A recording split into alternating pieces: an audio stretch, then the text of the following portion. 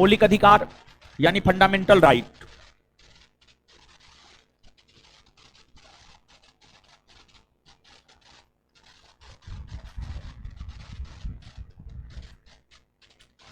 Fundamental right, ये जो chapter है बड़ी महत्वपूर्ण चैप्टर है और आपके बिहार दरोगा परीक्षा में इस चैप्टर से हमेशा एक प्रश्न पूछा जाता रहा है। और जो एक प्रश्न पूछा जाता रहा है वो एक प्रश्न अनुच्छेद से संबंधित पूछा जाता रहा है। कभी अनुच्छेद 21 पूछता है, तो कभी अनुच्छेद 23, तो कभी अनुच्छेद 24, तो कभी अनुच्छेद 26 और कभी अनुच्छेद 29, तो कभी 30। यानी प्रावधान दे देता है और पूछता है कि फलना प्रावधान किस अनुच्छेद में है। जैसे धार्मिक कार्यों के प्रबंधन संबंधी प्रावधान की चर्चा किस अनुच्छेद में है। जैसे दे देगा 14 वर्ष से कम उम्र के बालकों की देखरेख संबंधी प्रावधान की चर्चा किस अनुच्छेद में है। तो मूलतः अनुच्छेद दे करके आपसे पूछा जाता है प्रश्न। तो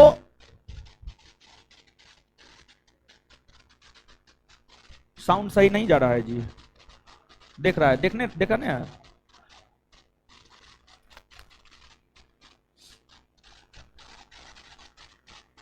अरे एक आध गो का मोबाइल गड़बड़ रहता है, समझे, वो कहेगा साउंड सही ना, ये नहीं कहेगा कि मेरा मोबाइल गड़बड़ है, हम अपना ठीक करवा लेते हैं।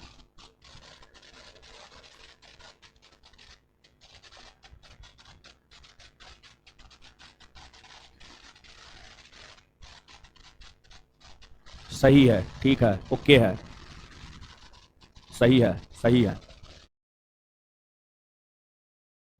बकरी चराने आया का जी है? जो काम करने के लिए वही काम नहीं करता है। हटाओ यहां से कमेंट को। चलिए आ जाइए, तो हम लोग देखते हैं मौलिक अधिकार, फंडामेंटल राइट।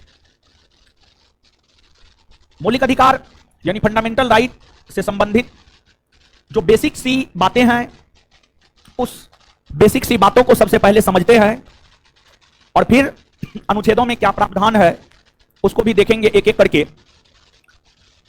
सबसे पहली बात कि मौलिक अधिकार है क्या। मौलिक अधिकार है क्या, तो इसका जवाब यह है, मौलिक अधिकार वो अधिकार है जिस अधिकार के बिना मानव का जीवन पशु तुल्य हो जाता है, जिस अधिकार के बिना मानव का सर्वांगीण विकास रुक सा जाता है। ऐसा इसलिए कहा जाता है क्योंकि देखिए, आप बोल सकते हैं, यह आपका मौलिक अधिकार है। आप अपने धर्म को मान सकते हैं, यह आपका मौलिक अधिकार है। आप अपने मन मुताबिक व्यवसाय कर सकते हैं, यह आपका मौलिक अधिकार है। मान लिया जाए कि आपसे आपके बोलने के अधिकार को छीन लिया गया, आप बोका हो गए, आपको बोका बना दिया गया, आपसे आपके व्यवसाय करने के अधिकार को छीन लिया गया, यानी आप व्यवसाय नहीं कर सकते हैं, ऐसे भूखे प्यासे मरिए, तो आपका जीवन कैसा हो जाएगा, थोड़ा सोच कर देखिए, थोड़ा सोच कर देखिए। तो अगर आपसे आपके बोलने के अधिकार छीन लिए जाए, आपके व्यवसाय करने के अधिकार छीन लिए जाए, छुआछूत का प्रचलन हो जाए, छुआछूत का प्रचलन हो जाए, कानून के समक्ष सब एक समान ना रहे, भारत के भीतर सरकारी नौकरी में विदेशियों को भी तरजीह दे दिया जाए, आप भी आइए फॉर्म भरिए, नौकरी कीजिए, थोड़ा सोच कर देखिए क्या होगा। अगर मौलिक अधिकार नहीं होगा तो हम लोगों का जीवन नहीं रह जाएगा, बल्कि मानव और पशु में कोई अंतर ही नहीं रह जाएगा। तो मौलिक अधिकार वे अधिकार है जिस अधिकार की वजह से भारत के भीतर सभी मनुष्यों का सर्वांगीण विकास हो पाता है। अब बात अगर मौलिक अधिकार की जाए तो आप सब लोग इस बात से अवगत हैं कि मौलिक अधिकार की चर्चा भारतीय संविधान के भाग 3 में और भाग 3 के अंतर्गत अनुच्छेद 12 से अनुच्छेद 35 में है। और साथ ही साथ आप सभी लोग इस बात से भी अवगत हैं कि भारत के संविधान में मौलिक अधिकार संबंधी प्रावधान अमेरिका के संविधान से लिया गया है, अमेरिका के संविधान से लिया गया है। तो यह सब बेसिक बात है, भाग 3 में है, अनुच्छेद 12 से 35 में है, अमेरिका से लिया गया है, अमेरिका के संविधान से लिया गया है, अमेरिका के संविधान से लिया गया है। ये सब कहां था? ये सब बिना कार्ड वाला सब है, ठीक है। और बारिश हो रहा था, बारिश की वजह से आप लोग लेट से आइए आइए जल्दी आइए जल्दी। लड़की सबका उपस्थिति कम है ना, देखिए लड़की लोग से बात कीजिएगा ना, वो सब तो हमसे आती है मिलने के लिए, कभी कभी कहेगी क्या जानते हैं हमको एक के बार में नौकरी चाहिए, वो इसी बार चाहिए, लेकिन क्लास नहीं आएगी। थोड़ा सा बारिश होगा तो बहाना। देखिए एक बात को दिमाग में बैठा लीजिए, जो छात्र या छात्रा बहाना बनाने में माहिर है, मतलब बारिश है क्लास नहीं जाएंगे, भीग जाएंगे क्लास नहीं जाएंगे, समझे, पेट दर्द कर रहा है क्लास नहीं जाएंगे, नाक दर्द कर रहा है क्लास नहीं जाएंगे, मुंह दर्द कर रहा है क्लास नहीं जाएंगे, बहानेबाज विद्यार्थी कभी अपने जीवन में सफल नहीं हो सकता है। और लड़की सब जो है बारिश में खूब जाएगी, भीगेंगी छत पे, लेकिन क्लास आने में उसका बहाना, तब तो कहेगी कि सबसे ज्यादा मजा बारिश के पानी में भीगने में आता है, समझे, तो बड़ी आफत है। हाँ रील बनाएगी वो, रील मुंह चमका चमका करके, समझे, तो जीवन भर यही सब करते ये रह जाएगी। खैर लड़की लड़की है, गार्जियन बढ़िया लड़का शादी विवाह करिए देगा, क्या दिक्कत है, तो इसलिए लड़की के चक्कर में आप लोग मत पड़िए।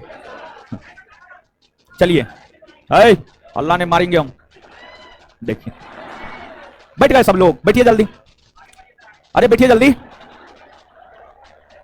क्लासरूम में आकर के बैठिए, टूल वूल कहां ले जा रहे हैं, क्लासरूम में आके बैठिए। सबको नौकरी है, जब मेरे पास आएगी ना कोई एक बार में हमको नौकरी दिलवा दीजिए। अच्छा दाल भात चोखा है। चलिए आगे आइए अब आप। तो ये सब तो बेसिक बात है। अब देखिए एक चीज आपसे पूछा जाता है, एक बात आपसे पूछा जाता है, आरपीएफ एसआई का पूछा हुआ क्वेश्चन है, रेलवे में भी एसआई का पोस्ट आता है, उसका पूछा हुआ क्वेश्चन है। क्वेश्चन ये है कि विश्व के किस देश के राजाओं ने, विश्व के किस देश के राजा ने सर्वप्रथम अपने नागरिकों को मूल अधिकार प्रदान किया था? इस प्रश्न का उत्तर हो जाएगा ब्रिटेन। क्या हो जाएगा? इस बात को आप समझिएगा। जैसे आप इतिहास पढ़े हैं, तीनों दरोगा बैच में इतिहास हम पढ़ाए हैं, एगो में तो इतिहास खत्म होने वाला है, एगो में आधुनिक शुरू हुआ है, एगो में मध्यकालीन शुरू हुआ है, एगो में मध्यकालीन शुरू हुआ है। तो तीनों बैच में इतिहास जो है आप पढ़े।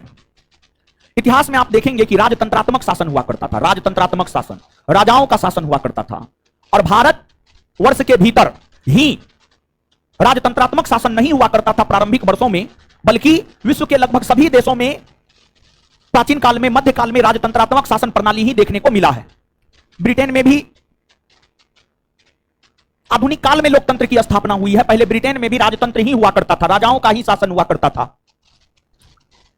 घटना है वर्ष 1215 ईस्वी, वर्ष 1215 ईस्वी, वर्ष 1215 ईस्वी में, वर्ष 1215 ईस्वी में ब्रिटेन के राजा हुआ करते थे किंग जॉन, ब्रिटेन के सम्राट हुआ करते थे, ब्रिटेन के राजा हुआ करते थे किंग जॉन।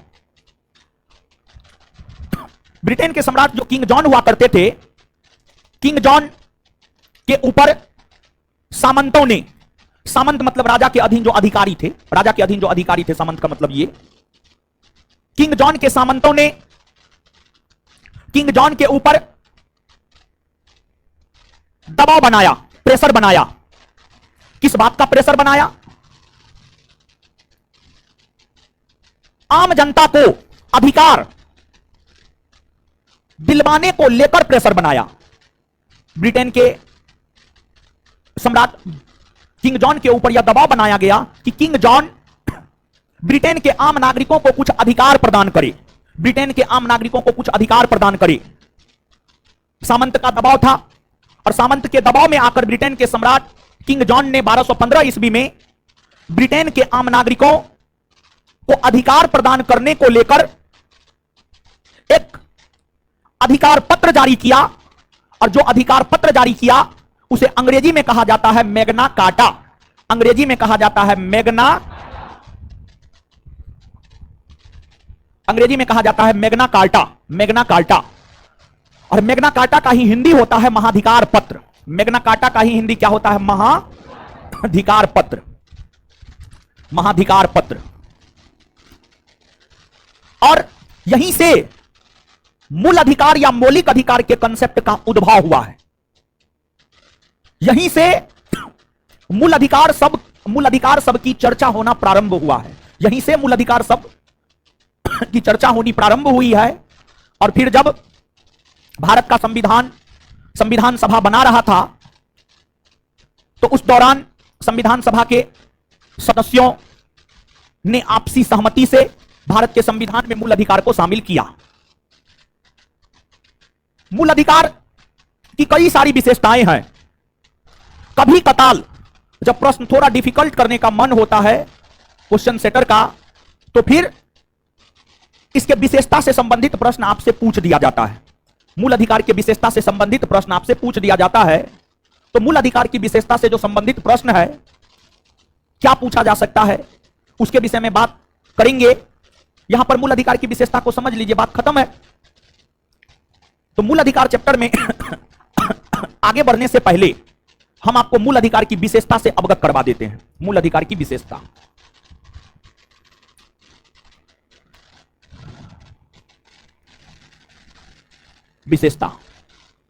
मूल अधिकार की कई सारी विशेषताएं हैं, कई सारी विशेषताएं हैं। बैठने दीजिए, बैठने दीजिए। बेचारी एक तो बारिश में भीग के आई है। बैठने दीजिए। बकलोल सब उधर खिसकिए ना, एकदम फर्स्ट डे में बैठेगी, पढ़ने में एकदम नीचे से टॉप करेगी, बैठेगी फर्स्ट में। टेस्ट उस्ट होता है तो सब लड़की नीचे से टॉप रहती है, ऊपर से क्यों टॉपर मिलती है? सब खाली मोबाइल चलाएगी, इधर उधर करेगी। चलिए आगे आइएगा, शांत होइए। विशेषता, मूल अधिकार की पहली विशेषता यह है, मूल अधिकार की पहली विशेषता यह है कि यह वाद योग्य होता है। यह वाद योग्य होता है। यह वाद योग्य होता है। यह वाद योग्य होता है, इसका क्या मतलब है? यह वाद योग्य होता है, इसका मतलब यह है कि मूल अधिकार को न्यायालय के आदेश से लागू किया जा सकता है, और मूल अधिकार की गारंटी और सुरक्षा हमें न्यायालय ही प्रदान करता है। न्यायालय स्पष्ट तौर पर यह घोषणा करता है कि हम देश के नागरिकों के मूल अधिकार की सुरक्षा का गारंटी लेते हैं। न्यायालय यह घोषणा करता है।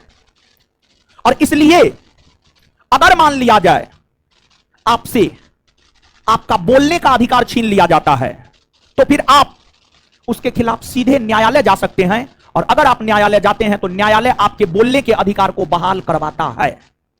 न्यायालय आपके बोलने के अधिकार को बहाल करवाता है, अर्थात न्यायालय आपके मूल अधिकार को लागू करवाता है।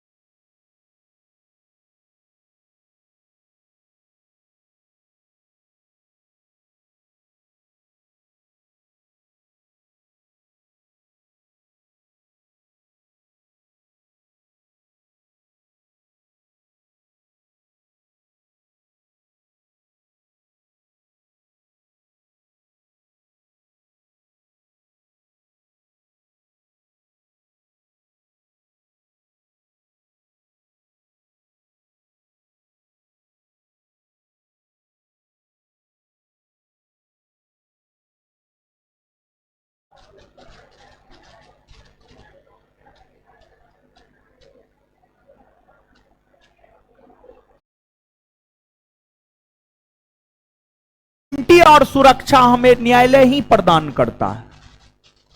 न्यायालय स्पष्ट तौर पर यह घोषणा करता है कि हम देश के नागरिकों के मूल अधिकार की सुरक्षा का गारंटी लेते हैं।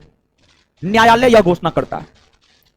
और इसलिए अगर मान लिया जाए आपसे आपका बोलने का अधिकार छीन लिया जाता है, तो फिर आप उसके खिलाफ सीधे न्यायालय जा सकते हैं। और अगर आप न्यायालय जाते हैं तो न्यायालय आपके बोलने के अधिकार को बहाल करवाता है। न्यायालय आपके बोलने के अधिकार को बहाल करवाता है, अर्थात न्यायालय आपके मूल अधिकार को लागू करवाता है।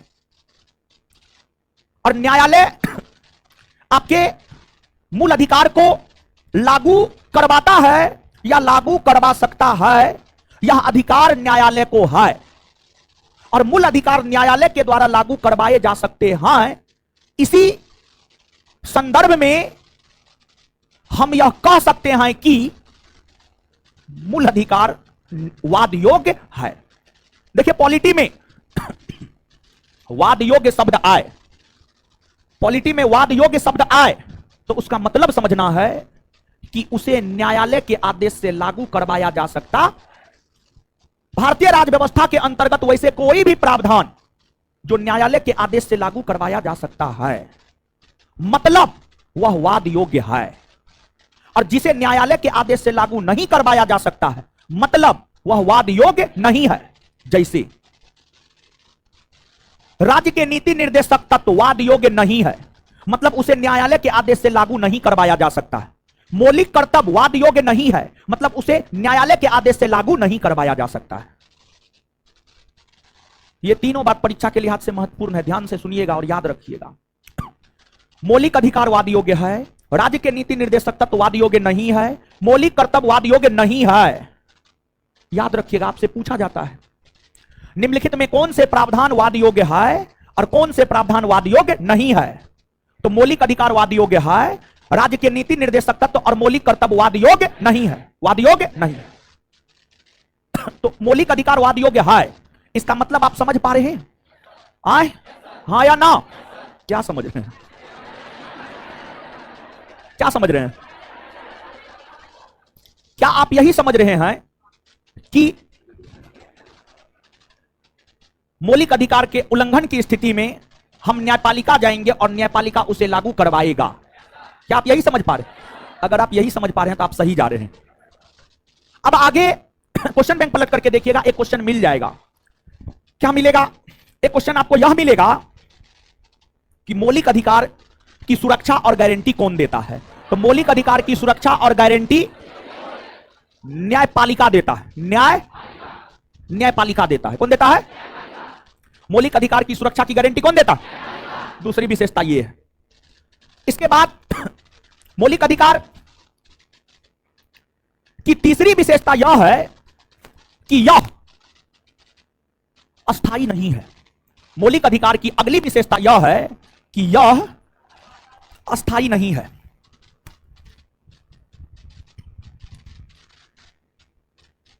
मतलब अभी अस्थाई नहीं है, मतलब जैसे आप अस्थाई नहीं है, आप अस्थाई नहीं है, आप अस्थाई नहीं है, ये बात कैसे कह सकते हैं?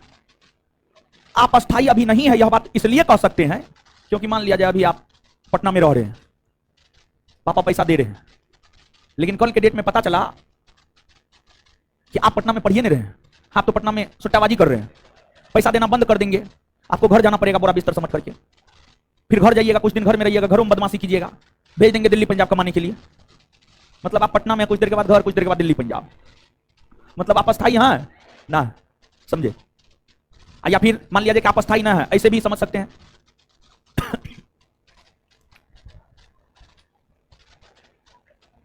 अभी आप यहां हैं, थोड़ा देर के बाद रूम पे रहिएगा, थोड़ा देर के बाद एनआईटी घाट में। तो अस्थाई नहीं है, मतलब इस बात को समझिएगा। अनुच्छेद 12 से 35 के बीच में जो मूल अधिकार है, अनुच्छेद 12 से 35 के बीच में जो मूल अधिकार है वो तो है, उसमें संशोधन किया जा सकता है, उसमें से कुछ प्रावधान को हटाया जा सकता है, कुछ प्रावधान को जोड़ा जा सकता है, हर कुछ किया जा सकता है। इस बात को आप ध्यान से सुनिएगा, समझिएगा। एक बार फिर से समझा रहे हैं, अब दूसरा तरीका से समझा रहे हैं। मूल अधिकार अस्थाई नहीं है। मूल अधिकार अस्थाई नहीं है, यह बात इसलिए कह सकते हैं क्योंकि मूल अधिकार में किसी नए प्रावधान को भारत की संसद जोड़ सकती है और किसी पुराने प्रावधान को भारत की संसद हटा सकती है। यानी यहां से एक बात और क्लियर हो रहा है, यह क्लियर हो रहा है कि मूल अधिकार में संशोधन संसद कर सकती है। मूल अधिकार में संशोधन कौन कर सकती है? संसद। आपसे पूछा जाता है कि मूल अधिकार में संशोधन करने का अधिकार किसे है, तो इस बात को भी आप याद रखिएगा कि मूल अधिकार में जो संशोधन करने का अधिकार है वह है आपको भारत की संसद को। भारत की संसद को, भारत की संसद किसी प्रावधान को हटा भी सकती है संविधान संशोधन के तहत और किसी प्रावधान को जोड़ भी सकती है। तो आप स्वयं थोड़ा सोचिए कि भारत की संसद मूल अधिकार में किसी प्रावधान को जोड़ भी सकती है और हटा भी सकती है। तो किसी प्रावधान को जोड़ा जा रहा है और किसी को हटाया जा रहा है, तो क्या आप इसको अस्थाई मान सकते हैं? नहीं ना मान सकते, नहीं मान सकते। तो अब यह बात आपको समझ में आ रहा है कि ये अस्थाई है या अस्थाई है? हाँ, ये अस्थाई नहीं है, मतलब ये अस्थाई है। इसको ऐसे भी कह सकते हैं, ये अस्थाई नहीं कह सकते हैं। और देखिए हुआ भी है। क्या हुआ है? आपको एक 44वां संविधान संशोधन हुआ है, एक 86वां संविधान संशोधन हुआ है। एक संविधान संशोधन के तहत जोड़ा गया है और एक संविधान संशोधन के तहत हटाया गया है। आपको 44वां संविधान संशोधन 1978 के तहत मूल अधिकार के एक प्रावधान को हटाया गया है। मूल अधिकार के एक प्रावधान को हटाया गया है, हटाया गया है। और 86वां संविधान संशोधन 2002 के तहत एक प्रावधान को जोड़ा गया है, जोड़ा गया है। तो एगो हटाया जा रहा है, एगो जोड़ा जा रहा है, तो स्वाभाविक सी बात है अस्थाई नहीं है, मतलब अस्थाई। अब यहां पर इस बात को समझिए, किसे जोड़ा गया है और किसे हटाया गया है। किसे जोड़ा गया है और किसे हटाया गया है, इस बात को समझा रहे हैं। लेकिन उससे पहले आप इस बात को समझिए कि भारत का जो मूल संविधान था, मूल संविधान का मतलब आप समझते होंगे, वह संविधान जो 26 जनवरी 1950 को लागू हुआ है, उसी को मूल संविधान कहा गया है। भारत का मूल संविधान में 7 प्रकार का मौलिक अधिकार का वर्णन था। भारत के मूल संविधान में 7 प्रकार के मौलिक अधिकार का वर्णन था। और जो 7 प्रकार के मौलिक अधिकार का वर्णन था, उसमें एक था समता या समानता का अधिकार। समता या समानता का अधिकार, जिसकी चर्चा है अनुच्छेद 14 से अनुच्छेद 18। फिर दूसरा स्वतंत्रता का अधिकार, जिसकी चर्चा अनुच्छेद 19 से अनुच्छेद 22। और फिर तीसरा शोषण के विरुद्ध अधिकार,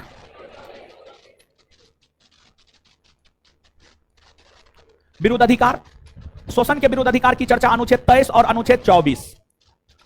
फिर आपको धार्मिक स्वतंत्रता का अधिकार, धार्मिक स्वतंत्रता का अधिकार, धार्मिक स्वतंत्रता के अधिकार का चर्चा अनुच्छेद 25 से 28, अनुच्छेद 25 से 28। और धार्मिक स्वतंत्रता के अधिकार के बाद अगला शिक्षा एवं संस्कृति का अधिकार, शिक्षा एवं संस्कृति का अधिकार। और शिक्षा एवं संस्कृति के अधिकार की चर्चा अनुच्छेद 29 और 30। फिर एक आपको संपत्ति का अधिकार, और संपत्ति के अधिकार की चर्चा 31, अनुच्छेद 31। और फिर एक आपको संवैधानिक उपचारों का अधिकार, संवैधानिक उपचारों का अधिकार, संवैधानिक उपचारों के अधिकार की चर्चा अनुच्छेद 32। यही 7 मूल अधिकार भारत के मूल संविधान में थे। और यही जो 7 मूल अधिकार भारत के मूल संविधान में थे, इन्हीं 7 मूल अधिकारों में से एक मूल अधिकार संपत्ति के अधिकार को मूल अधिकार की श्रेणी से हटा दिया गया। और संपत्ति के अधिकार को मूल अधिकार की श्रेणी से 44वां संविधान संशोधन 1978 के तहत हटाया गया है। यहां पर जो आप देख रहे हैं 44वां संविधान संशोधन 1978, इसी 44वां संविधान संशोधन 1978 के तहत, इसी 44वां संविधान संशोधन 1978 के तहत जो है संपत्ति के अधिकार को मूल अधिकार की श्रेणी से हटाया गया है। और जब संपत्ति के अधिकार को मूल अधिकार की श्रेणी से हटा दिया गया है तो स्वाभाविक सी बात है, संपत्ति का अधिकार हट गया तो पहले 7 था 6 हो गया। तो मूल संविधान में 7 गो मूल अधिकार था और वर्तमान में क्या गो है। और संपत्ति के अधिकार को मूल अधिकार की श्रेणी से जब हटा दिया गया तो अनुच्छेद 31 जिसमें संपत्ति के अधिकार की चर्चा थी उसको समाप्त कर दिया गया और फिर संपत्ति के अधिकार को भारतीय संविधान के अनुच्छेद 300 के क में शामिल किया गया। और अनुच्छेद 300 के क में संपत्ति के अधिकार को शामिल करते हुए इसे कानूनी या विधिक अधिकार का दर्जा दिया गया। इसे जो है कानूनी या विधिक अधिकार, इसे कानूनी या विधिक अधिकार का दर्जा दिया गया। तो मूल अधिकार को संपत्ति के अधिकार को मूल अधिकार की श्रेणी से हटाकर इसे कानूनी या विधिक अधिकार का दर्जा दिया गया। तो यहां पर आप यह भी जान लिए मूल संविधान में क्या गो मौलिक अधिकार था, वर्तमान में क्या गो है, और साथ ही साथ आप यह भी जान लिए किसे हटाया गया और उसे हटा करके कहां रखा गया और कैसा अधिकार का दर्जा दिया गया। सब चीज आप जान लिए। अब हम लोग यहां से थोड़ा आगे बढ़ते हैं। अब यहां से हम लोग आगे बढ़ते हैं तो एगो तो हटा दिया गया, अगर अस्थाई होता तो क्या इसे हटा पाना संभव होता? नहीं। और अगर अस्थाई होता तो क्या इसमें नए प्रावधान को जोड़ पाना संभव होता? नहीं, नहीं होता। तो 86वां संविधान संशोधन 2002 के तहत एक नया अनुच्छेद जोड़ा गया, अनुच्छेद 21 का क जोड़ा गया और 21 के क के तहत शिक्षा के अधिकार को मूल अधिकार का दर्जा दिया गया। राइट टू एजुकेशन, शिक्षा के अधिकार को मूल अधिकार का दर्जा 21 के क के तहत दिया गया। अगर यह अस्थाई होता तो इसमें किसी नए प्रावधान को जोड़ पाना संभव। आशा करते हैं यह बात आपको स्पष्ट हो पाया होगा कि मूल अधिकार अस्थाई नहीं है, मूल अधिकार अस्थाई नहीं है। अब देखिए यहां पर वाद योग्य है का मतलब आप समझ गए हैं, अस्थाई नहीं है इसका मतलब आप समझ गए हैं। अब इसके बाद मूल अधिकार की अगली विशेषता को जानेंगे, लेकिन मूल अधिकार की अगली विशेषता को जानेंगे परंतु उससे पहले इस बात को आप समझिए, और सुप्रीम कोर्ट का इस पर जजमेंट आया है, इसको पहले देखिए कि ये जो यहां पर हम आपके लिए लिखे हैं कि मूल अधिकार में संशोधन करने का अधिकार संसद को है। जो भारत का संविधान है, भारत के पूरे संविधान में संशोधन करने का अधिकार भारत की संसद को है। भारत के पूरे संविधान में, भारत के संपूर्ण संविधान में संशोधन करने का अधिकार भारत की संसद को है। भारत के संपूर्ण संविधान में संशोधन करने का अधिकार भारत की संसद को है। और मूल अधिकार संविधान का पार्ट है तो स्वाभाविक सी बात है उसमें भी संशोधन करने का अधिकार भारत की संसद को ही है, भारत की संसद को ही है। भारत का संविधान 1950 में लागू हुआ। 1950 में भारत का संविधान लागू हुआ तो यह बात क्लियर था कि जो भारत का संविधान है उसमें या उसके किसी भी भाग में संशोधन करने का अधिकार भारत की संसद को है। तो मूल अधिकार में भी संशोधन करने का अधिकार भारत की संसद को ही था। लेकिन 1967 ईस्वी में सुप्रीम कोर्ट का एक जजमेंट आया गोलखनाथ बनाम पंजाब राज्यवाद के नाम से। 1967 ईस्वी में सुप्रीम कोर्ट का एक जजमेंट आया और 1967 ईस्वी में सुप्रीम कोर्ट का जजमेंट गोलखनाथ बनाम पंजाब राज्यवाद के नाम से आया। सुप्रीम कोर्ट का जो यह जजमेंट आया है, सुप्रीम कोर्ट के इस जजमेंट में क्या कहा गया इसको आप समझिएगा। सुप्रीम कोर्ट के इस जजमेंट में यह कहा गया कि संसद मूल अधिकार में संशोधन नहीं कर सकती है। सुप्रीम कोर्ट के इस जजमेंट में यह घोषणा किया गया कि संसद मूल अधिकार में संशोधन नहीं कर सकता है, नहीं कर सकता है। अर्थात सुप्रीम कोर्ट ने संसद से मूल अधिकार में संशोधन करने के अधिकार छीन लिए। और जब संसद से मूल अधिकार में संशोधन करने के अधिकार सुप्रीम कोर्ट अर्थात न्यायपालिका ने छीन लिया तो फिर न्यायपालिका को संसद ने चुनौती दिया। न्यायपालिका को संसद ने चुनौती दिया। किस आधार पर यह बात कह सकते हैं? न्यायपालिका अर्थात सुप्रीम कोर्ट को संसद ने चुनौती दिया, यह बात इस आधार पर कह सकते हैं क्योंकि भारत की संसद ने 24वां संविधान संशोधन 1971 में किया। और जो 24वां संविधान संशोधन 1971 में भारत की संसद के द्वारा किया गया, इसमें भारत की संसद ने सुप्रीम कोर्ट के गोलकनाथवाद के निर्णय को पलटते हुए यह कहा कि संसद ही मौलिक अधिकार में या मूल अधिकार में, संसद ही मूल अधिकार में संशोधन कर सकती है, संशोधन कर सकती है, संसद ही मूल अधिकार में संशोधन कर सकती है। तो देखिए यहां पर कॉन्ट्राडिक्शन हो गया। एक तरफ सुप्रीम कोर्ट कह रहा है कि संसद मूल अधिकार में संशोधन नहीं कर सकता है, और दूसरी तरफ संसद संविधान संशोधन करके भारत के संविधान में ही इस प्रावधान को जोड़ दे रहा है कि मूल अधिकार में संशोधन तो संसद ही कर सकता है, क्योंकि मूल अधिकार भारतीय संविधान का भाग है और भारतीय संविधान में संशोधन करने का अधिकार भारत की संसद को है।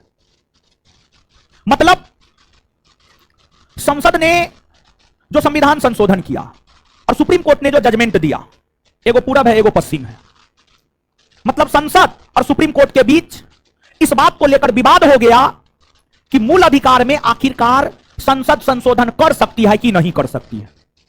यह प्रॉब्लम दिमाग में जा रहा है आए? अब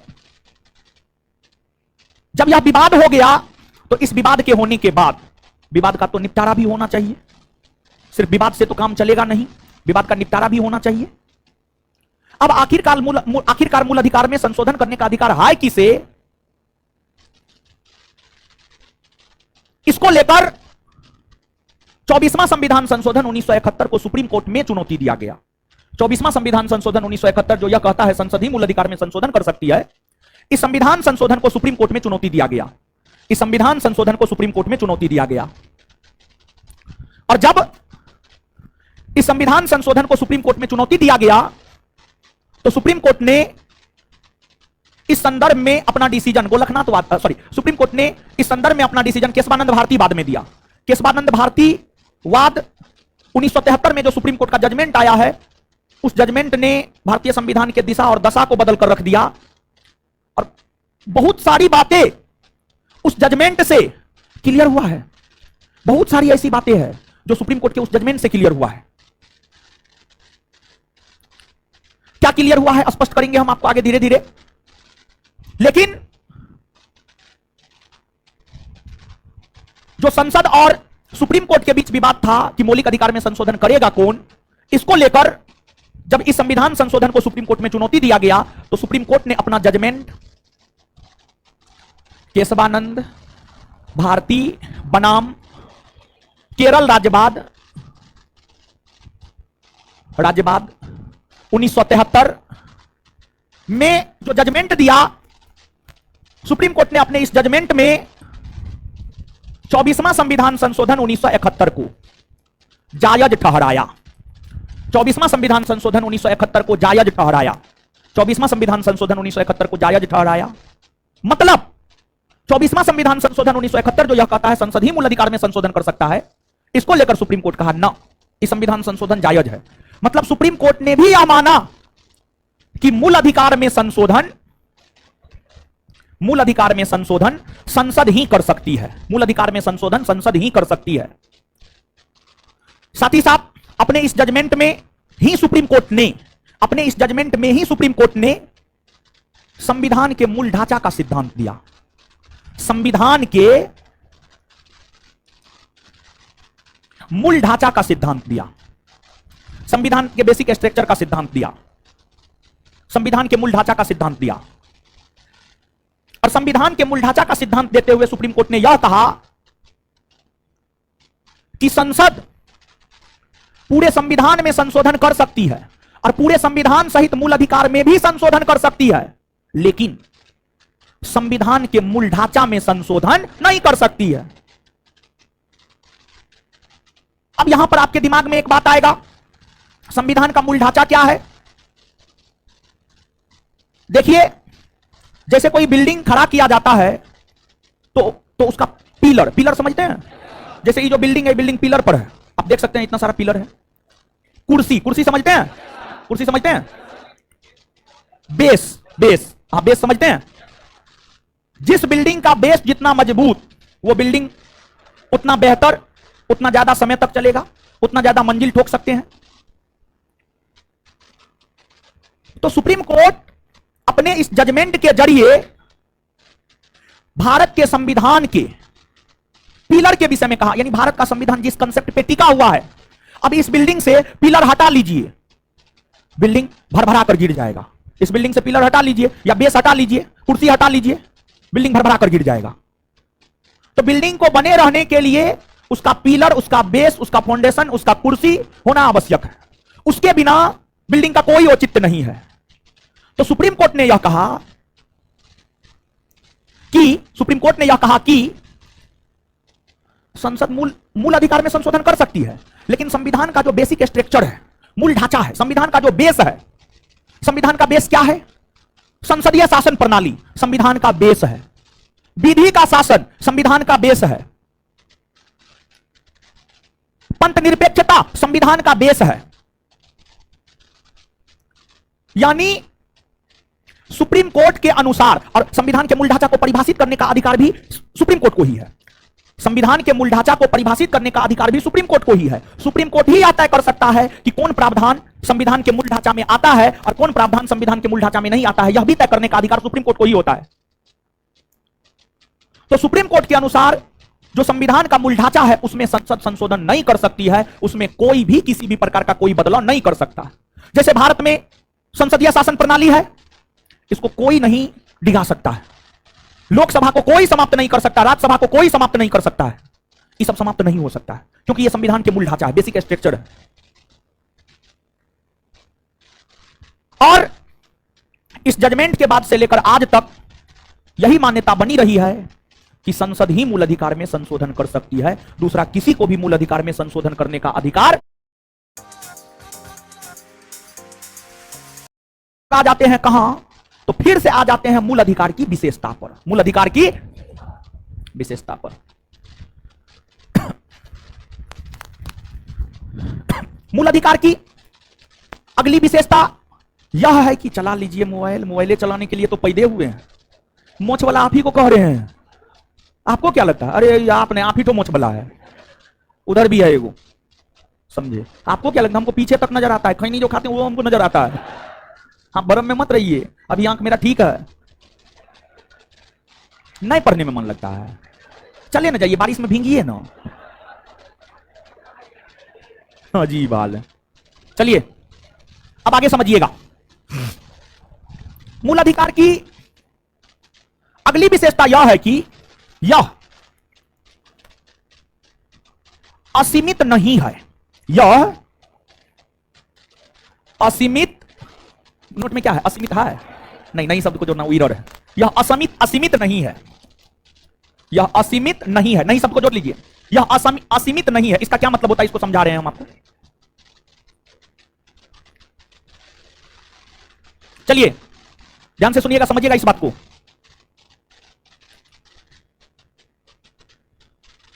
नहीं सबको जोड़ लिया, सब लोग नोट में जोड़ लिया ना?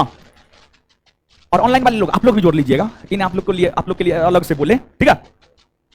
चलिए, तो जो मूल अधिकार है यह असीमित नहीं है। असीमित नहीं है मतलब यह क्या है? सीमित है। क्या है? सीमित है, लिमिटेड है। मूल अधिकार आपके लिमिटेड है। अरे मूल अधिकार आपके लिमिटेड है तब तो अनुच्छेद 12 से 35 में समाहित हो गया है। अगर अनलिमिटेड होता तो 12 से 35 में समाहित हो पाता? नहीं हो पाता। दूसरी बात, यह असीमित नहीं है मतलब यह सीमित है। इसका मतलब यह है कि आपको बोलने का अधिकार है। बोलने का अधिकार है, आपको बोलने का अधिकार है। तो क्या आप अनलिमिटेड होकर कुछ भी बोल सकते हैं? आए? आप कुछ भी नहीं बोल सकते हैं।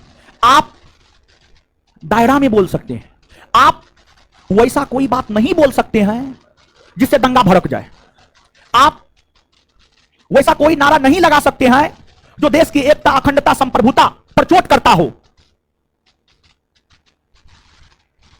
तो कहीं ना कहीं आपको बोलने का अधिकार है। बोलने का अधिकार आपका मौलिक अधिकार है, लेकिन वो भी एक सीमित दायरा में। सीमित दायरा में, सीमित दायरा में आपको बोलने का अधिकार है। इसके बाद आपको व्यवसाय करने का अधिकार है, और व्यवसाय करने का अधिकार आपका मौलिक अधिकार है। तो क्या आप गांजा चरस बेचने लगिएगा? नहीं ना। तो इस एग्जांपल के तौर पर भी आप समझ सकते हैं कि आपके मौलिक अधिकार क्या है? सीमित है। क्या है? सीमित है। और एग्जांपल दे, और एग्जांपल दे। तो मतलब यह असीमित नहीं है, मतलब यह क्या है? सीमित है। मूल अधिकार की तीसरी विशेषता यह हुई। फिर मूल अधिकार की अगली विशेषता यह है कि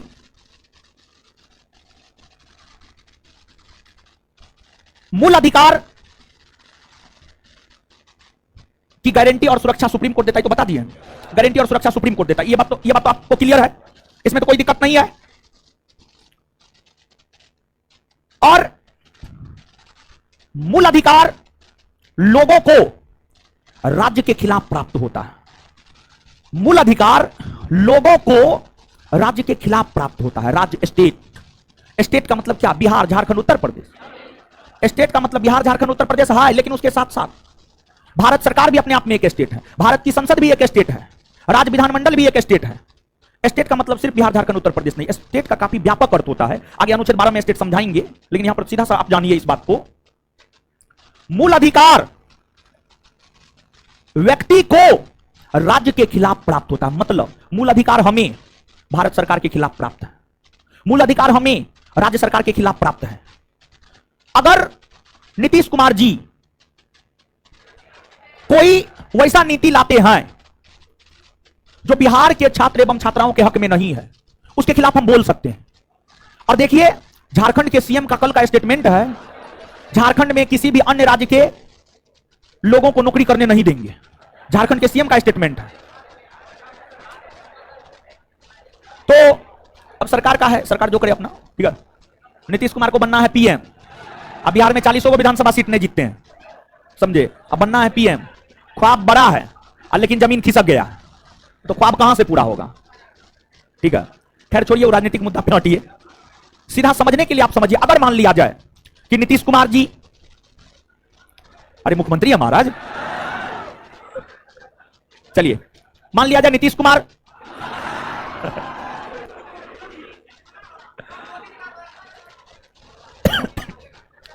तो इस बात को आप समझिए कि मौलिक अधिकार की जो अगली विशेषता है वह यह है कि मौलिक अधिकार नागरिकों को राज्य के खिलाफ में प्राप्त होता है, राज्य के विरुद्ध में प्राप्त होता है, राज्य के विरुद्ध में प्राप्त होता है।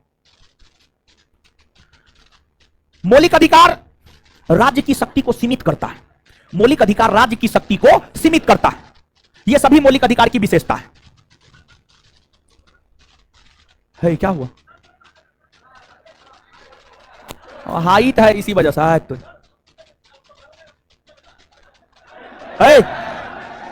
शांत रहे, शांत रहे। क्या हुआ? हाँ हाँ,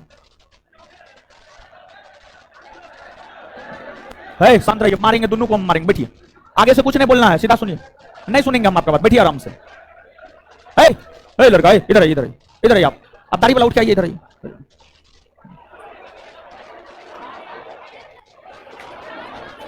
बैठो उधर, बैठिए बैठिए।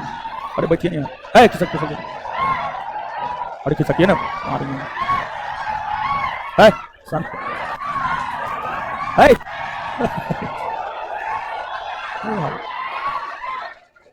हल्ला काय करूं? चलिए अब आगे समझिएगा, आगे समझिए। आगे मूल अधिकार की अगली विशेषता को आप समझिएगा। मूल अधिकार की अगली विशेषता क्या है? मूल अधिकार की अगली विशेषता यह है कि जब आपात लागू होता है तो मौलिक अधिकार हमारे मौलिक अधिकार छीन लिए जाते हैं हमसे। मौलिक अधिकार की विशेषता यह भी है कि अगर मौलिक अधिकार लागू होता है, मौलिक अधिकार की अगली विशेषता यह है कि अगर आपात लागू होता है, इमरजेंसी लागू होता है, तो हमारे मौलिक अधिकार छीन लिए जाते हैं। यह भी मौलिक अधिकार की विशेषता है, यह भी मौलिक अधिकार की विशेषता है। तो इसको थोड़ा विस्तार पूर्वक समझते हैं कि क्या है ये, इसको थोड़ा विस्तार पूर्वक समझते हैं कि क्या है ये, ठीक है। देखिए, मौलिक अधिकार है। हल्ला काय कर रहे हैं? पढ़ने के लिए पढ़िए, नोटंकी काय बतिया रहे हैं? जो बकिएगा, ठीक है, पूरा को खाली करवा देंगे। 5 से 7 बैच में याद है ना, कोना वाला सबको भगा दिए थे। अब कोना में विद्यार्थी बैठना नहीं चाहता है, भगा देंगे हम क्लासरूम से, ज्यादा भकिएगा तो, इसलिए शांति शांति से बैठिए। मौलिक अधिकार, अरे हे भगवान एक बात बताइए, कितना समझाने वाला बात सब समझा रहे हैं। हाँ अब फिर रटने वाला आ जाएगा, अपना खेलते रहिएगा ना, कोई दिक्कत नहीं। 14 में विधि के समक्ष समानता, 15 में सामाजिक समानता, 16 में अवसर की समानता, 17 में अस्पृश्यता का अंत, 18 में उपाधियों का। तो रटते रहिएगा ना, ये सब समझने वाला चीज है, समझिएगा ना जी, अजीब वाले आप लोग का। मौलिक अधिकार और आपात उपबंध में संबंध पहले ही बोल दिए थे कि समझने वाला सब चीज है, तब पर भी आप लोग में संबंध।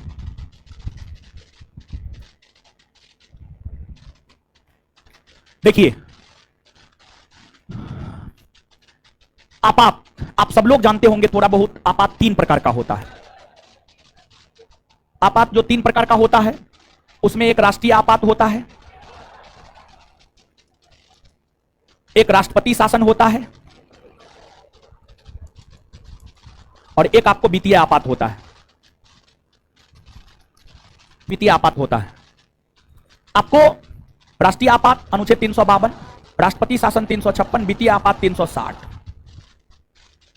राष्ट्रपति शासन और वित्तीय आपात लागू होने का मौलिक अधिकार पर कोई प्रभाव नहीं पड़ता है। राष्ट्रपति शासन और वित्तीय आपात लागू होने का मौलिक अधिकार पर कोई प्रभाव नहीं पड़ता है। इन दोनों आपातों का मौलिक अधिकार पर कोई प्रभाव नहीं पड़ता है। मौलिक अधिकार तब प्रभावित होते हैं जब राष्ट्रीय आपात लागू होता है। राष्ट्रीय आपात के लागू होने का मौलिक अधिकार पर प्रभाव पड़ता है। और उसमें भी देखिए कुछ और कंडीशन है, जो कुछ और कंडीशन है उसको भी आप समझिएगा। राष्ट्रीय आपात की अगर बात की जाए तो राष्ट्रीय आपात 3 आधार पर लागू होता है: युद्ध, बाह्य आक्रमण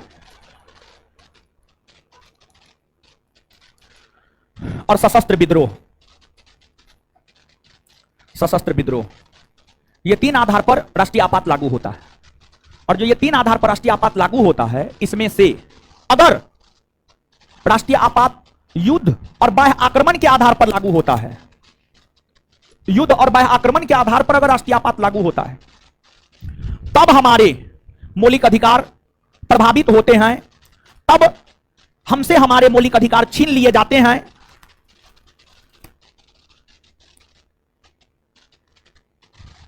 तो युद्ध और बाह्य आक्रमण के आधार पर अगर राष्ट्रीय आपात लागू होता है, तब ही हमारे मौलिक अधिकार पर प्रभाव पड़ता है।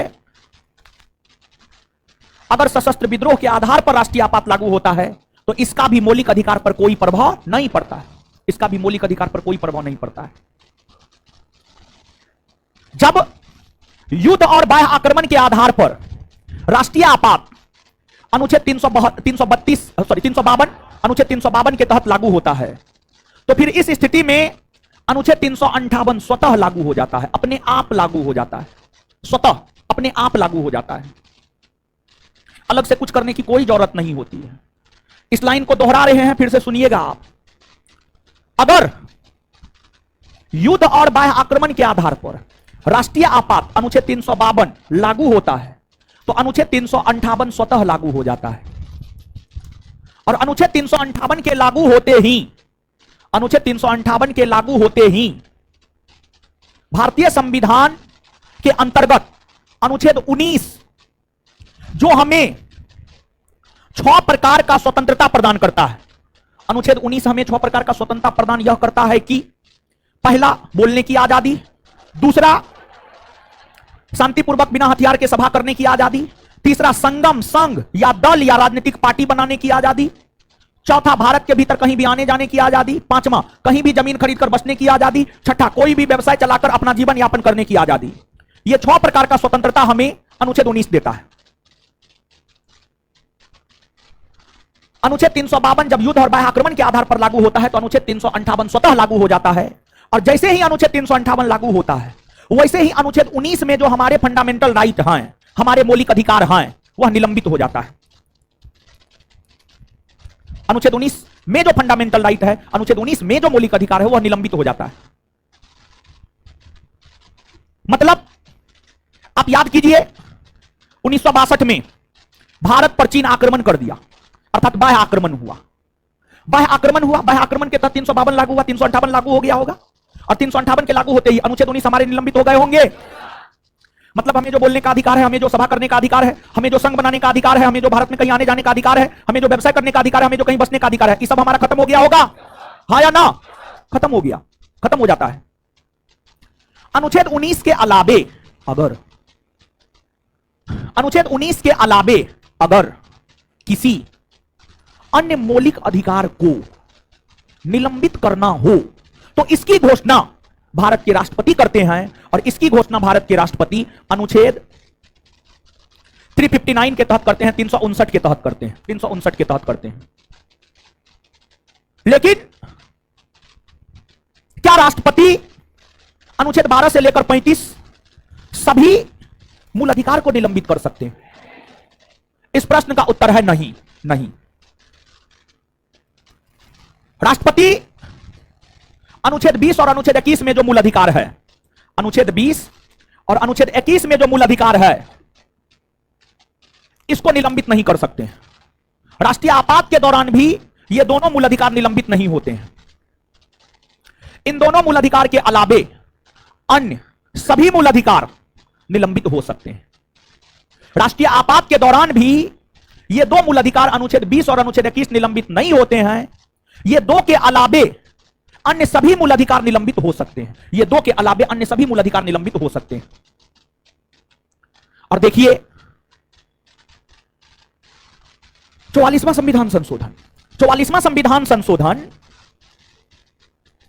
1978, 44वां संविधान संशोधन 1978 में ही, 44वां संविधान संशोधन 1978 में ही यह घोषणा किया गया कि राष्ट्रीय आपात के दौरान भी अनुच्छेद 20 और 21 निलंबित नहीं होंगे। मतलब राष्ट्रीय आपात के दौरान जो अनुच्छेद 20 और अनुच्छेद 21 में मौलिक अधिकार है वो निलंबित नहीं होता है।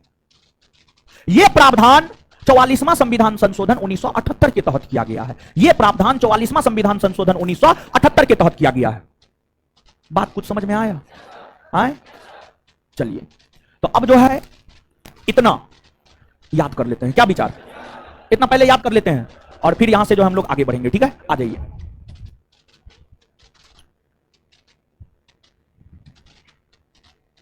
विशेषता जरूर याद रखिएगा। क्वेश्चन जब भी टफ करेगा ना तो हम आपको बता दे रहे हैं विशेषता से क्वेश्चन पूछेगा, और हम आपको यह बात बता दे रहे हैं मैक्सिमम विद्यार्थी विशेषता से संबंधित क्वेश्चन गलत करके आएगा, और आप भी गलत करके आइएगा तब फिर दिक्कत है, भारी दिक्कत। समझे? बढ़िया, इतना बढ़िया से बताए हैं, अगर फिर भी गलती करके आते हैं तो फिर भारी दिक्कत है। चलिए,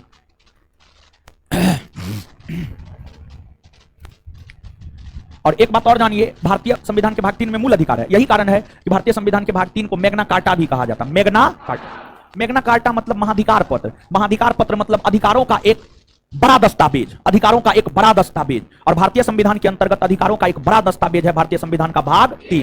भारतीय संविधान का भाग क्लियर है? याद कर ले। चलिए याद कीजिए, मुंह तोड़ देंगे हम। ठीक है, बहुत दिन से क्वेश्चन तीनों बैच में नहीं पूछे, तीनों बैच में फट्टा नहीं चलाए हैं। ठीक है, हाँ तो रुकिए ना, अब चलाएंगे ना। ठीक है, तो इसलिए आप लोग जो बदमाश ज्यादा हो गए, अब फट्टा उठाना पड़ेगा। ठीक है, उठाते हैं, चिंता मत कीजिए। मौलिक अधिकार की चर्चा भारतीय संविधान के किस भाग में? भाग कौन अनुच्छेद से कौन, कहां से लिए गए?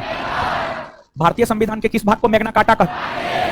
भारतीय संविधान के किस भाग को मैग्ना कार्टा? भाग। अच्छा एक बात बताइए, आपसे पूछा जाएगा मैग्ना कार्टा क्या है? देखिए इसका जवाब कैसे देना है, समझिए। मैग्ना कार्टा क्या है इसका जवाब देना है। मैग्ना कार्टा क्या है इसका जवाब देना है। ब्रिटेन के सम्राट किंग जॉन के द्वारा सामंतों के दबाव में आकर 1215 ईस्वी में नागरिकों को दिए जाने वाले अधिकारों का एक घोषणा पत्र है। बात समझे? सर्वप्रथम किस देश के राजा ने वहां के नागरिकों के अधिकारों का घोषणा पत्र जारी किया? कब? 1200। ब्रिटेन के किस राजा ने? आए? उसे क्या कहा गया? क्या कहा गया? क्लियर है? चलिए एक बात बताइए, मूल अधिकार में संशोधन करने का अधिकार किसे है? किसे है? मूल अधिकार में संशोधन करने का अधिकार। अच्छा एक बात बताइएगा, सुप्रीम कोर्ट ने अपने किस जजमेंट में यह कहा कि संसद मूल अधिकार में संशोधन नहीं कर सकती? कब? एक बार फिर से इस बात को, संसद ने सुप्रीम कोर्ट ने अपने किस जजमेंट में यह कहा कि संसद मूल अधिकार में संशोधन नहीं कर सकती? कब? किस संविधान संशोधन में यह प्रावधान किया गया कि मूल अधिकार में संसद ही संशोधन कर सकती? 24वां संविधान संशोधन 1900। एक बार फिर से, किस संविधान संशोधन में यह प्रावधान किया गया कि संसद ही मूल अधिकार में संशोधन कर सकती? सुप्रीम कोर्ट ने अपने किस जजमेंट में यह कहा कि मूल अधिकार में संशोधन करने का अधिकार संसद को ही है? क्लियर है? इसके बाद सुप्रीम कोर्ट ने अपने किस जजमेंट में संविधान के मूल ढांचा का सिद्धांत दिया? सुप्रीम कोर्ट ने अपने किस जजमेंट में संविधान के मूल ढांचा का सिद्धांत दिया? क्या संविधान के मूल ढांचा में संसद संशोधन कर सकती है? नहीं ना। क्या संविधान के मूल ढांचा में संसद संशोधन कर सकती है? क्लियर है? चलिए आगे आइएगा। मूल अधिकार की विशेषता बताइए, ध्यान से जवाब दीजिएगा। मूल अधिकार की अगर बात करें तो हमें या भारत के नागरिकों को मूल अधिकार की गारंटी और सुरक्षा कौन प्रदान कर? कौन? न्यायपालिका, सुप्रीम कोर्ट, न्यायपालिका या कौन? आए? क्लियर है ये बात? चलिए इसके बाद आगे बताइएगा कि मूल अधिकार वाद योग्य है या अवाद योग्य? क्या है? मतलब आपके मूल अधिकार का हनन होता है तो आप न्यायालय जा सकते हैं, न्यायालय उसे बहाल करवा सकता, मतलब वाद योग्य। मूल अधिकार अस्थाई है या अस्थाई? अस्थाई, अर्थात अस्थाई नहीं। अस्थाई क्योंकि संसद इसमें किसी नए प्रावधान को जोड़ सकता है और किसी प्रावधान को हटा सकता है, इसलिए यह अस्थाई नहीं है। अच्छा, 44वां संविधान संशोधन 1978 के तहत संसद ने किसे मूल अधिकार की श्रेणी से हटाया? संपत्ति के अधिकार। 86वां संविधान संशोधन 2002 के तहत किस अनुच्छेद को जोड़ा? 21 का और 21 के क के तहत किसे मूल अधिकार का दर्जा दी? किसे? अच्छा, मूल अधिकार असीमित नहीं है, सही है या गलत? मतलब मूल अधिकार क्या है? सीमित है। मूल अधिकार क्या है? मूल अधिकार क्या है? और मूल अधिकार व्यक्ति को किसके खिलाफ प्राप्त होता है? मूल अधिकार व्यक्ति को किसके खिलाफ प्राप्त होता है? क्लियर है? ये सब मूल अधिकार की क्या है? अच्छा, मूल संविधान में कितना मूल अधिकार? कितना वर्तमान में? क्लियर है? चलिए, जो 7 मूल अधिकार था मूल संविधान में, उसमें पहला किस अनुच्छेद से किस अनुच्छेद? 14 से दूसरा, कहां से कहां? 19 से तीसरा, कहां से कहां? चौथा, कहां से कहां? पांचवा, कहां से कहां? अगला किस अनुच्छेद? अगला कौन अनुच्छेद? अच्छा, संपत्ति के अधिकार को किस संविधान संशोधन के तहत हटाया गया? 44वां संविधान संशोधन 1900। संपत्ति के अधिकार को किस संविधान संशोधन के तहत हटाया? वर्तमान में क्या हो? मूल अधिकार। अच्छा, इसको हटाकर कौन अनुच्छेद में किसमें? आज के डेट में संपत्ति का अधिकार कैसा अधिकार? कानूनी या क्लियर है? राष्ट्रपति शासन और वित्तीय आपात लागू होने का मौलिक अधिकार पर कोई प्रभाव पड़ता है? राष्ट्रपति शासन और मौलिक अधिकार लागू होने का राष्ट्रपति शासन और वित्तीय आपात लागू होने का मौलिक अधिकार पर कोई प्रभाव पड़ता है? नहीं ना पड़ता है। कौन आपात के लागू होने का मौलिक अधिकार पर प्रभाव आगे आप बताइएगा। अगर सशस्त्र विद्रोह के आधार पर राष्ट्रीय आपात लागू होता है तो क्या मौलिक अधिकार पर कोई प्रभाव पड़ेगा? नहीं ना पड़ेगा। अगर युद्ध और बाह्य आक्रमण के आधार पर राष्ट्रीय आपात लागू होता है तो मौलिक अधिकार पर प्रभाव पड़ेगा? हाँ या ना? हाँ ना। तो युद्ध और बाह्य आक्रमण के आधार पर अगर राष्ट्रीय आपात लागू होता है तो मौलिक अधिकार प्रभावित होता है? हाँ या ना? और एक बात बताइए, युद्ध और बाह्य आक्रमण के आधार पर राष्ट्रीय आपात अनुच्छेद 352 के तहत लागू होता है तो कौन अनुच्छेद स्वतः लागू हो? 300 और 358 के लागू होते ही कौन मौलिक अधिकार निलंबित हो जाता? कौन अनुच्छेद? अनुच्छेद 19 के अलावे अन्य किसी मौलिक अधिकार का निलंबन करना है तो इसकी घोषणा कौन करेंगे? कौन अनुच्छेद के तहत? अच्छा, राष्ट्रीय आपात के दौरान कौन से 2 मौलिक अधिकार निलंबित नहीं हो सकते? 20 और राष्ट्रीय आपात के दौरान कौन से 2 मौलिक अधिकार निलंबित नहीं हो सकते हैं? 20 और अच्छा, राष्ट्रीय आपात के दौरान भी अनुच्छेद 20 और 21 जैसे मौलिक अधिकार निलंबित नहीं हो सकते हैं। यह प्रावधान केमा संविधान संशोधन के तहत किया गया? 44वां संविधान संशोधन 1900। क्लियर है? इतना याद हो गया? एगो 2 पॉइंट लिखिए तो, एगो पॉइंट अंतिम में चले जाइए, एकदम अंतिम में। एकदम अंतिम में जाइए, मौलिक अधिकार जो चैप्टर है एकदम अंतिम में जाइए। 2 पॉइंट लिखा हुआ है, 1 और 2 लिखा हुआ है, देखिए वहां पे सबसे अंतिम में, देखिए ना, है ना। तीसरा पॉइंट उसमें ऐड कीजिए, तीसरा पॉइंट जोड़िए उसमें, 1-2 पॉइंट लिखा हुआ है, तीसरा पॉइंट आप उसमें ऐड कीजिए। लड़के थोड़ा उधर खिसकिए, आपको बतियाने के लिए बोले, मारेंगे मुंह तोड़ देंगे। बतियाने लगा, लिखिए, केशवानंद भारती बनाम केरल राज्यवाद, केशवानंद भारती बनाम केरल राज्यवाद, केशवानंद भारती बनाम केरल राज्यवाद।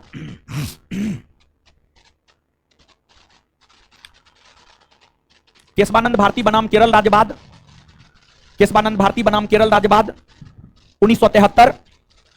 लड़की यहां बोले हैं लिखने के लिए, दिमाग नहीं है जी तुमको, मारेंगे हम, एक चट मुंह लाल कर देंगे, हैं? पुराना नोट है, लिखिए, केशवानंद भारती बनाम केरल राज्यवाद 1973 के निर्णय में सुप्रीम कोर्ट ने यह घोषणा किया कि सुप्रीम कोर्ट ने यह घोषणा किया कि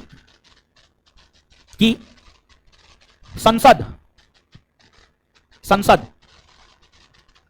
मूल अधिकार में संशोधन कर सकती है, संसद मूल अधिकार में संशोधन कर सकती है, संसद मूल अधिकार में संशोधन कर सकती है, संसद मूल अधिकार में संशोधन कर सकती है, संसद मूल अधिकार में संशोधन कर सकती है, संसद मूल अधिकार में संशोधन कर सकती है, संसद मूल अधिकार में संशोधन कर सकती है। लेकिन लेकिन लेकिन संविधान के मूल ढांचा में, लेकिन संविधान के मूल ढांचा में, लेकिन संविधान के मूल ढांचा में, लेकिन संविधान के मूल ढांचा में संसद संशोधन नहीं कर सकती है।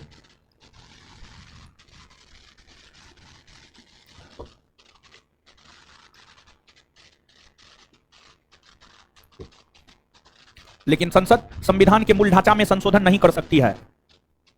उसी में, इसी केस में, इसी मुकदमा या इसी वाद में, इसी वाद में सुप्रीम कोर्ट ने, इसी वाद में सुप्रीम कोर्ट ने, इसी वाद में सुप्रीम कोर्ट ने संविधान के मूल ढांचा का सिद्धांत दिया, इसी वाद में सुप्रीम कोर्ट ने संविधान के मूल ढांचा का सिद्धांत दिया, इसी वाद में सुप्रीम कोर्ट ने संविधान के मूल ढांचे का सिद्धांत दिया, संविधान के मूल ढांचे का सिद्धांत दिया और निम्न प्रावधानों को उसमें शामिल किया, और निम्न प्रावधानों को उसमें शामिल किया, और निम्न प्रावधानों को उसमें शामिल किया। जैसे 1 नंबर में, जैसे 1 नंबर में, जैसे 1 नंबर में, जैसे 1 नंबर में संसदीय शासन प्रणाली, संसदीय शासन प्रणाली, संसदीय शासन प्रणाली। 2 नंबर में विधि का शासन, विधि का शासन, विधि का शासन, विधि का शासन, रूल ऑफ लॉ, विधि का शासन, विधि का शासन। और जानते हैं सुप्रीम कोर्ट जो कभी मोदी जी को फटकार लगा देता है, काहे? यही रूल ऑफ लॉ के कारण। हाल फिलहाल में सुप्रीम कोर्ट मणिपुर मामले पर सरकार को फटकारा है सरकार को, यही रूल ऑफ लॉ के कारण, क्योंकि मूल ढांचा में आता है और इसमें हर कुछ सुप्रीम कोर्ट कर सकता है, कोई कुछ नहीं कर सकता है। और इसलिए सुप्रीम कोर्ट तो यहां तक, सुप्रीम कोर्ट के द्वारा यहां तक बोला गया है कि आप कुछ कीजिएगा या हम करें। बड़ी तीखी टिप्पणी है, समझे? विधि का शासन होना चाहिए। और देखिए राजनीति तो गंदा है ही, इसमें कोई शक ना है। जानते हैं मणिपुर जो जल रहा है उसमें वहां के मुख्यमंत्री का बहुत बड़ा योगदान है। जैसा न्यूज सब देखे हैं, अब सच्चाई क्या है ये तो कहना मुश्किल है, लेकिन जो सोशल मीडिया पर न्यूज सब देखे हैं उस आधार पर हम आपको बोल रहे हैं। जबकि मुख्यमंत्री को अपना धर्म निभाना चाहिए। इन कंडीशनों में मुख्यमंत्री हो, प्रधानमंत्री हो, सबको सब चीज से ऊपर उठकर मानवता का धर्म निभाना चाहिए। मानवता, समझ गए?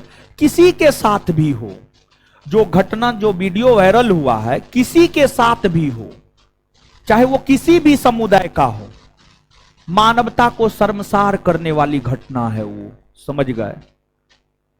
आगे लिखिएगा, पंथ निरपेक्षता, पंथ निरपेक्षता, पंथ निरपेक्षता, आगे संप्रभुता, संप्रभुता,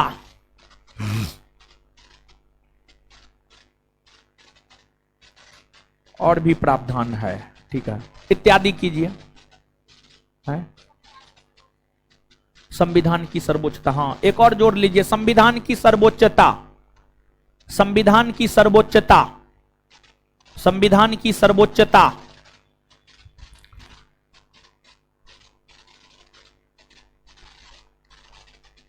संविधान की सर्वोच्चता, न्यायिक पुनर्विलोकन, न्यायिक पुनर्विलोकन, न्यायिक पुनर्विलोकन, न्यायिक पुनर्विलोकन, संसद की संप्रभुता, आगे संसद की संप्रभुता, संसद की संप्रभुता, ये सब है, ठीक है।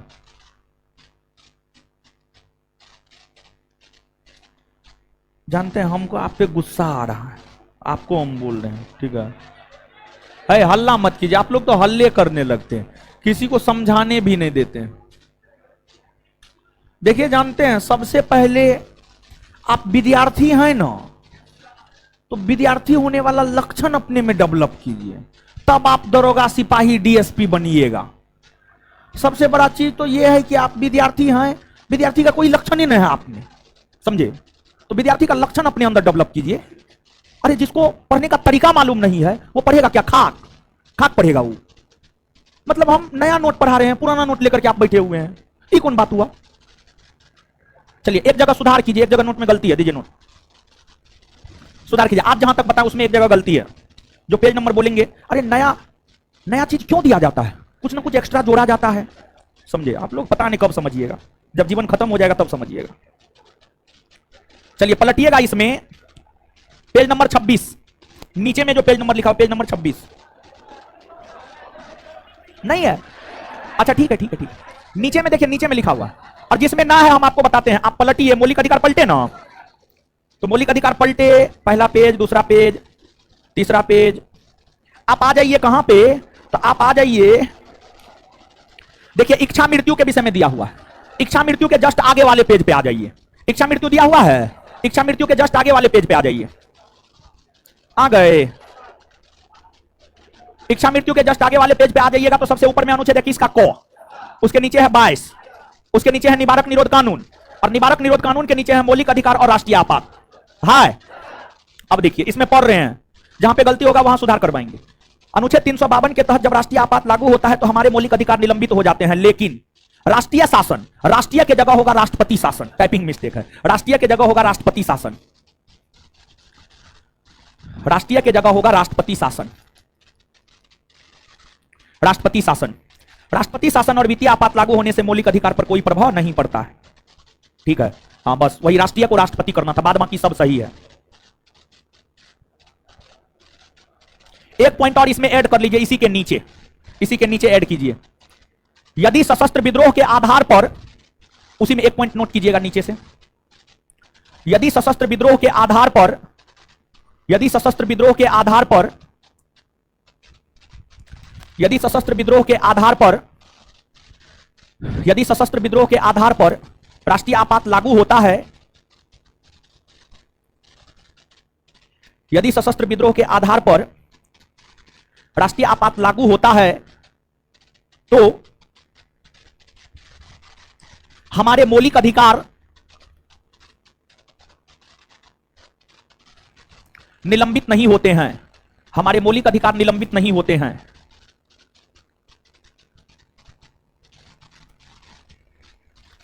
ठीक है,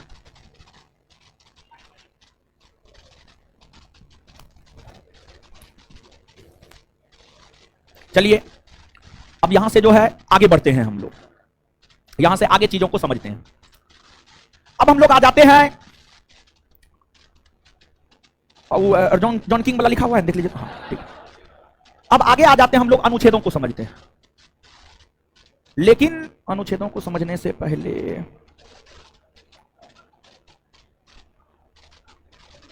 अच्छा ठीक है, पहले अब अनुच्छेद समझते हैं और अनुच्छेद के बाद जो है कुछ और समझाएंगे, ठीक है, कुछ और समझाएंगे।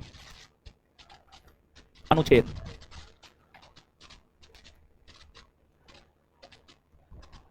अनुच्छेद 12, अनुच्छेद 12,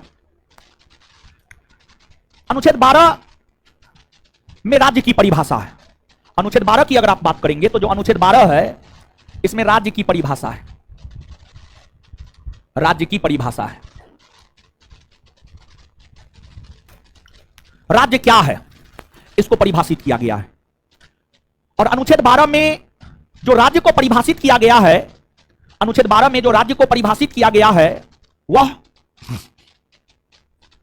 मौलिक अधिकार के संदर्भ में परिभाषित किया गया है, वह मौलिक अधिकार या मूल अधिकार के संदर्भ में परिभाषित किया गया है।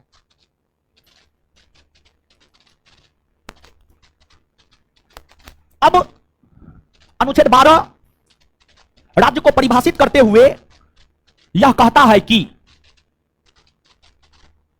राज्य के अंतर्गत भारत की संसद, भारत सरकार तथा भारत सरकार द्वारा इधर आइए, इधर आइए, इधर इधर आइए, इधर इधर आइए, इधर आइए, जल्दी आइए, शांत रहिए आप लोग। नोट क्या हुआ? कहां कहां है? शांत रहिए। कहां? लाइब्रेरी में जा रहे हैं? कहा यहां पर मच्छर काट रहा है? मारेंगे, हल्ला हो रहा है। कहां हल्ला हो रहा है? लाइब्रेरी में कैसे पढ़िएगा आप? 5 से 10 का एडमिशन लिए हुए हैं। ओ, तो ऑनलाइन बैच है आपने? कॉन्सेंट्रेट है। पीछे में हल्ला क्या करते हैं जी? कि कहीं जा रहे हैं आप? समय हो गया है घूमने वाला ना।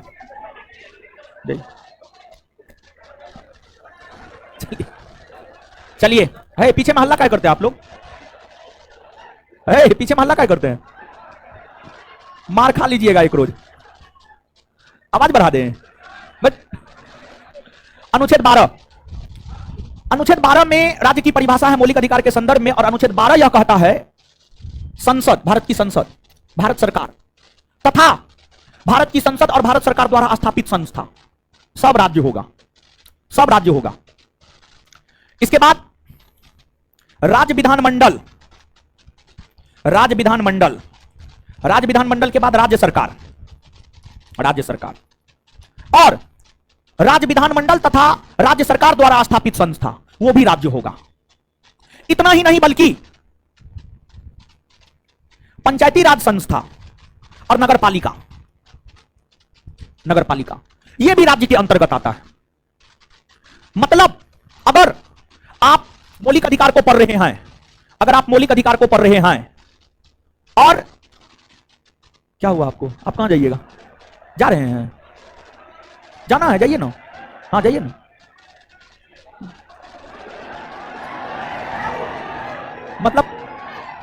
मतलब अब पढ़ना ना है आप लोग, यही ना। चलिए इससे आगे मिलते हैं अगले क्लास में। जाइए।